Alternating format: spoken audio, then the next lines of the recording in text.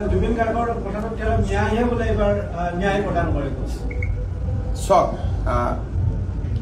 মই মুখ্যমন্ত্ৰী হৈ থকালৈকে অসমত মিয়া শান্তিত থাকিব নোৱাৰে,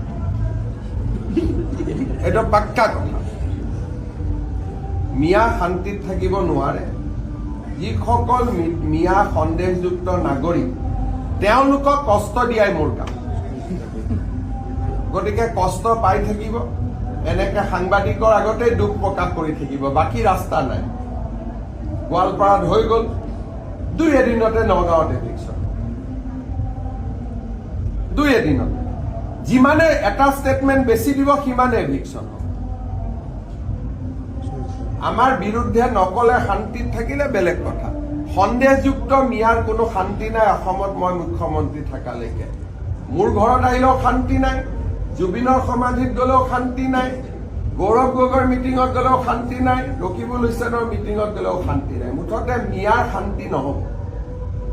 মিয়াৰ শান্তি পোৱাৰ এটাই ৰাস্তা, মোক মুখ্যমন্ত্ৰী ভাঙিব লাগিব। হ'ব, সন্দেহযুক্ত মিয়াসকললৈকে মোৰ এইটো বাণী। ছাৰ বিহাৰত অসমৰ যিটো মডেল